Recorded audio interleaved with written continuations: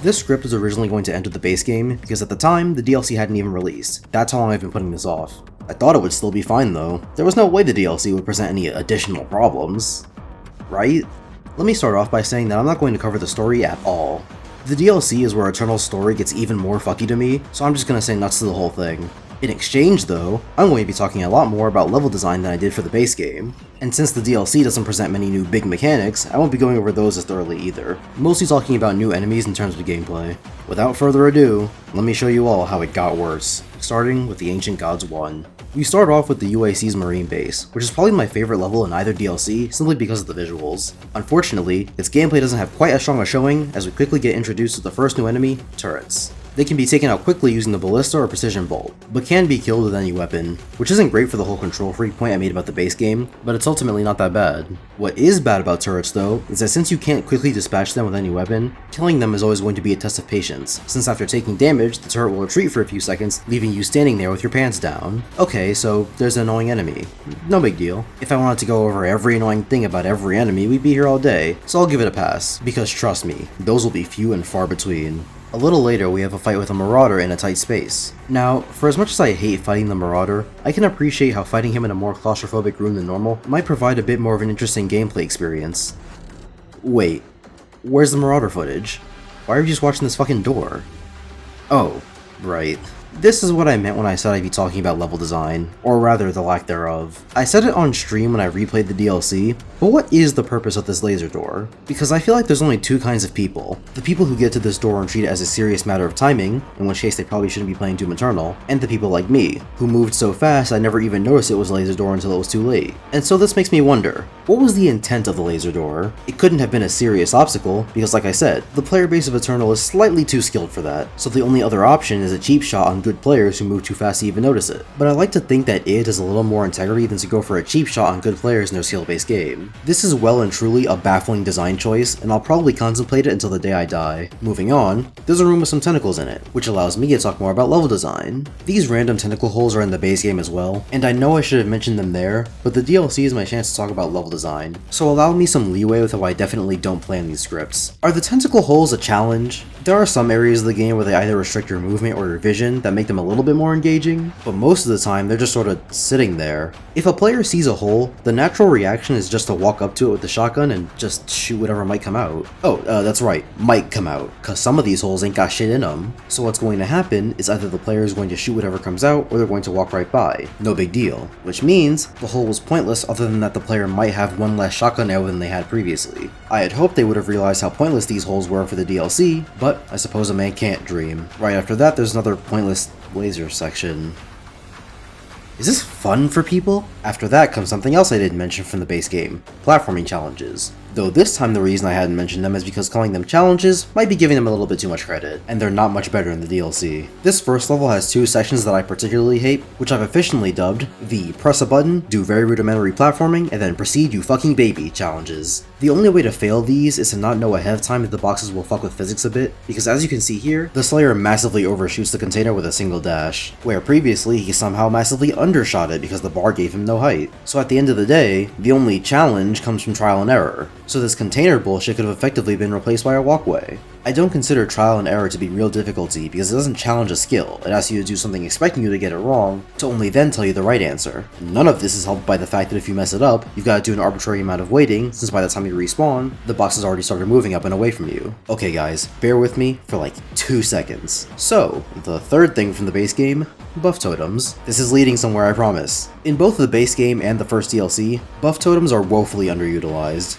They buff all present demons and will infinitely spawn new ones until it's destroyed. So, it makes fighting demons harder, and it makes any demons I fight respawn, so why would I ever engage with enemies when a buff totem is present? For an action-focused game like Eternal, is it not a really bad decision to make it so that engaging with enemies is the wrong option? When a buff totem is present, you take your finger off left click because any ammo spent is ammo wasted until you find that piece of shit. It was used to pretty decent effect in some of the master levels, and even later on in Eternal's DLC, but more often than not, they're just an annoyance to tell me not to engage with the game. So, why did I bring up all these things from the base game in the section about the DLC? Well, I want to highlight highlight that the DLC was its chance to rectify or improve on things from the base game, and in a lot of places they dropped the ball. Or I suppose a more accurate analogy would be never having picked up the ball in the first place. I'm not going to say that the DLC was a waste of time, but what I did say before was that the DLC's gameplay doesn't start off strong, and unfortunately, I stand by that. Last thing to talk about for the Marine base, I really like the double Marauder encounter near the end. Now I know me and the Marauder have had our differences, but hear me out on this one. So remember how the Marauder's invincibility was really dumb and stupid? Well, what if it was actually used in service of other enemies? Fighting the Marauder one-on-one is boring because you have to spend all your time waiting for him to be vulnerable, and then once he is vulnerable, it's not hard. But in a duo Marauder fight, you have to actually pay attention to spacing to make it so that your windows of attack aren't interrupted. The best example I can think of happened to me on stream. I got greedy and tried to hit a Marauder behind the other one, and the one in front blocked me, making it so that the fault is on me. The Marauders still aren't good, but a fight like this proves to me that the concept wasn't completely lost to shit, as they were able to make a fight with the Marauder dynamic in context, which typical Marauder fights sorely lack. Sweet, we're through a sixth of the DLC. How many words is that? Alright, so the second level takes us to one of the worst additions to Doom Eternal, the Spirit. I'm going to be completely honest with you. I was relatively a little hyperbolic when talking about Eternal strictness before. While there may be more efficient ways to do things, or even very few ways to do things, there's never only one way to do something. The Spirit broke that trend. The only way to kill spirits is to kill whatever demon it's possessing, and then use the microwave beam on the spirit itself until it dies, and to do so in a timely manner, lest the spirit possess another demon and restart the whole process. I suppose you could also kill every other demon until the spirit itself has no one else to possess, but considering that possessed demons also get a speed and damage boost and will chase you to the ends of the earth, letting them put the hurt on you while you deal with others usually isn't worth it. And I've yet to mention that microwaving a spirit costs a third of your total ammo, so the game effectively soft-locks you out of using the ballista or plasma rifle past a couple of shots, because you should always save knowing that a spirit could spawn into the fight at any moment. Remember like 100 bajillion words ago in an entire video when I said the microwave beam gets worse? Well, this is it. This is worse. Id must have known the microwave beam was the worst mod in the game, right? Why else would they make it the only mod that is almost completely required? Though it's not like that matters. If something is broken and everyone hates it, the solution to your problem is not to force everyone to use it, it's to fucking fix it! The Spirit is part of what makes me so cynical about this game sometimes, because it shows a random bout of a complete lack of awareness. The Spirit sucks, and I dare you to fight me on that, because I haven't heard nearly the hate for the Spirit as I have for the Marauder, when the Spirit is undeniably worse. Man, I wanna die. Alright, last level of Ancient Gods 1. Let's bring it home. Right off the bat, new enemy that I hate, the Bloodmakers. Completely invincible until they do one of their big attacks, at which point you've gotta gun them down before they heal up again. At this point you guys know what I'm about. Say it with me now. Doom Eternal is a control freak that tries to get its fix through multiple avenues of the game and all that fun stuff. Bloodmakers are particularly annoying because when they become vulnerable, which happens semi-randomly by the way, so have fun waiting for that shit, it's only when they're doing attacks that slow the player down, which is obviously annoying in a game like Eternal. I'd make an impassioned argument against them, but not only would I be repeating myself about invincible enemies, the Spirit also took all that energy away from me. And I ain't talking about my plasma ammo. Though, if you'll allow me to bring up another potential fix for Eternal, there was a way to make the Bloodmakers, and by extension the Maker drones, good. Remember that pesky little ammo problem I talked about in a different video? Well, fun fact, both Maker enemies will actually drop ammo if they're killed with a headshot. The easy fix I see here is to replace what they tried to do with the chainsaw in zombies with infinitely respawning drones. While the problem with them infinitely spawning is still an issue, at least now getting ammo from them is a skill check, rather than a waiting game. If you don't want to run out of ammo, you better be good at the game. Kinda like another shooter made by some fucking asshole. Bloodmakers can stick around as a better drone with more attacks. Just ditch the shield. Food for thought, I suppose. That's it for DLC 1, I got nothing else to say. Let's just hop straight into DLC 2, because trust me, this is far from over. Okay, fine, I'll admit the name for this chapter is a bit hyperbolic, at least at first. DLC 2 actually starts with a pretty decent showing, introducing both a traversal mechanic that actually makes platforming interesting, and an enemy that enhances the gameplay. Meat hook points do more for movement in Eternal than I think anything else in the game, at least in non-combat scenarios. Though even then, just the meat hook normally was a great addition, right next to the dash. It makes use of a mechanic that's used in both combat and traversal, it has a skill requirement and it needs to get good at the system, and the meat hook points are meant to be passed quickly as a good skill check in between areas. To make a comparison, what did the floating platforms from the last level of DLC 1 test? Observational skills of extremely slow moving objects? When people say that Eternal's platforming is boring and pointless, I'm pretty sure this is what they mean. The platforming rarely ever asks the player to test a skill, it's just a time waster. The entire game needed more things like the meat hook points. Then there's the Screecher, a new enemy that's basically just a zombie, but it buffs all other demons when killed. Remember when I complained about the buff totem not being used very effectively, and the Spirit being a terrible addition? Well, the Screecher buffs demons in the best way Eternal can, aside from, rooms where the buff totem isn't accessible. Since the demons only get buffed when the Screecher is killed, camping out demons and waiting for buffs to be over is no longer the efficient way to play, it's a punishment. Ideally, you're never going to let the demons get buffed, as long as you play well and pay attention to space. There's not much else to say other than that I think it's great. Unfortunately, the next new enemy is a bit more of a mixed bag. The Armored Baron confused me for a while, as my feelings on it used to be pretty contradictory. On both my first playthrough and my revisit, I found them not all that unbearable to fight, even though conceptually, they're basically on the same level as the Marauder. But after giving it some thought, I figured out why this contradiction exists. The Armored Baron is a much easier Marauder. Marauders aren't fun to fight because they're a little tough and they're bullshit. But with the Armored, they're so easy to take down that the bullshit becomes much harder to notice. The most striking differences between the two being that the Armor isn't 100% invincible, just really durable, and that it makes itself vulnerable more often than the Marauder does. And when it is vulnerable, it's for way longer. What I've managed to conclude from this is that the perfect version of this enemy type should be a good middle ground between the two. First off, no invincibility, not budging on that. But like the Marauder, it should take multiple cycles to kill this demon as opposed to the one and done that Armored usually is. And finally, the vulnerability shouldn't activate as often as it does for the Armored, but the activation requirements should be more detailed and specific than the Marauder's nebulous Goldilocks spot.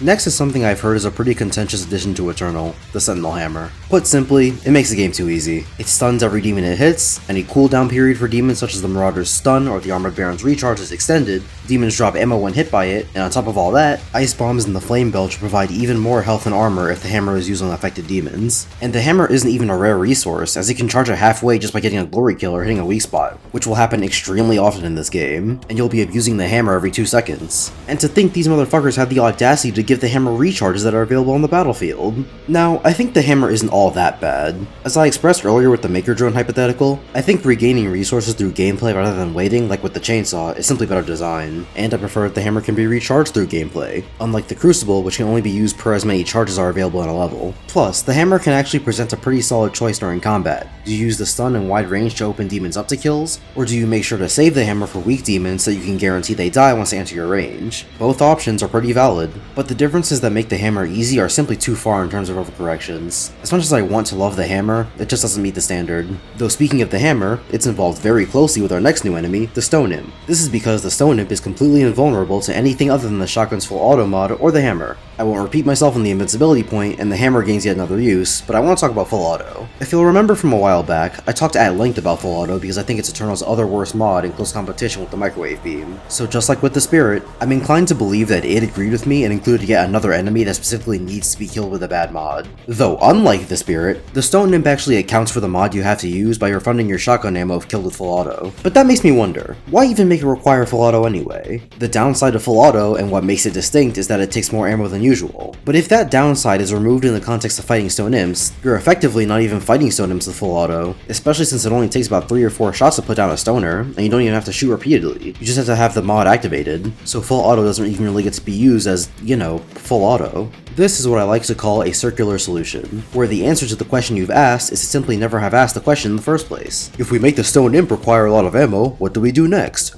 Oh, I know, let's have the Stone Imp refill ammo. Like, just not making it require a lot of ammo in the first place achieves the same thing but with less work. In the next level, we meet another new enemy, the Cursed Prowler. Unlike the other types of invincible demons the DLC's added, the Cursed Prowler can be killed normally unless it meets its condition. If the CP manages to hit you, you'll take damage over time and have to blood punch the CP to kill it and go back to normal. While I think the CP isn't that bad, especially among the other invincible demons, it's still pretty obnoxious since completely avoiding its attacks is tough, and getting cursed is one of the most intrusive visual effects in the whole game next to the dog bite and the pinky damage. Not much else to say. At this point I've run out of things to say about the invincible demons. I guess the CP requiring the blood punch might have been cool if the blood punch hadn't replaced the normal melee attack. The final level of the DLC brings us a pretty small enemy, the Demonic Trooper, who I'll use as yet another thing that should have replaced the zombie chainsaw loop, since troopers will drop ammo when killed, but can't be glory killed, which makes them more than just a waste of space. In what will finally be the last bit of praise I give Eternal, I think a lot of the encounters in the last level are really great, especially the Marauder fight with the Screechers. Though considering what you've heard from me, you should know that means it's way more because of the Screechers than the Marauder. The Marauder is an enemy that doesn't really require you to know your area that much, but just like the double Marauder fight, this scenario forces you to be way more aware, added with the praises I gave the Screecher earlier,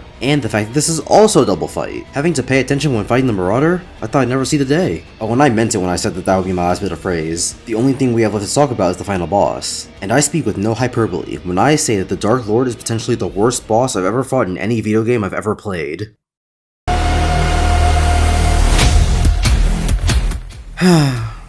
Alright.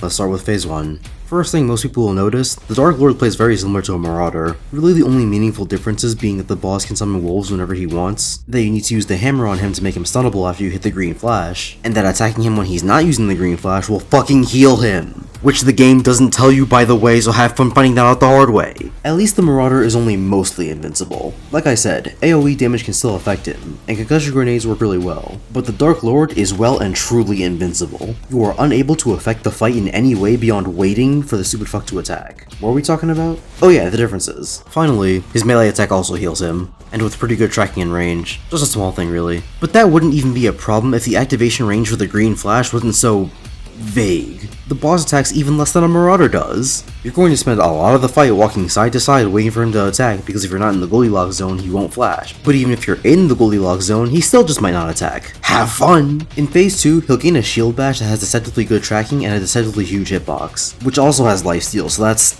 awesome. He'll also start lobbing grenades, but they just do damage, which is never something I thought I'd have to praise. Phase 3 is more of the same. Remember before when I was outlining the differences between the Dark Lord and the Marauder? Well, to be honest, it's a little more complicated than I made it sound.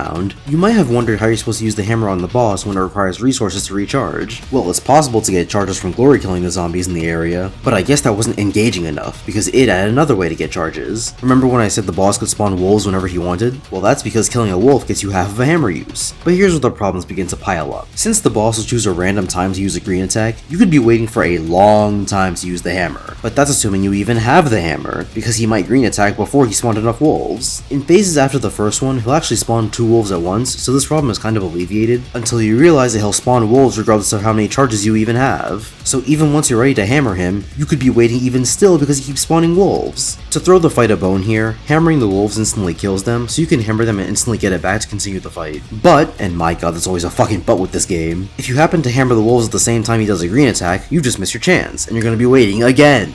And don't even dare trying to get those hammer charges from zombies past phase 1, lest you get slammed from behind by the shield bash attack when you aren't looking, which heals the boss as a friendly reminder. I didn't think it was possible to make a boss fight where literally none of the systems support each other this horrifically. Phases 4 and 5 are where things get fun! He does all the same stuff, but with the addition of randomly spawning holographic demons that can't be glory killed. You can insta-kill the hollow demons with the hammer, but that just means you'll have to wait for another wolf spawn since, again, only the wolves drop hammer charges. And there's also a chance that using the hammer on the hollows won't even hit all of them, so have fun wasting your time picking off the stragglers. This fight is atrocious. If you think this fight is good, I need you to tell me why, because I think you're a moron. An honest to goodness brain dead fuckstick if you think this fight was good. When I said that the Dark Lord is potentially the worst boss I ever fought in the game, that was when I was finishing the script 2 weeks ago.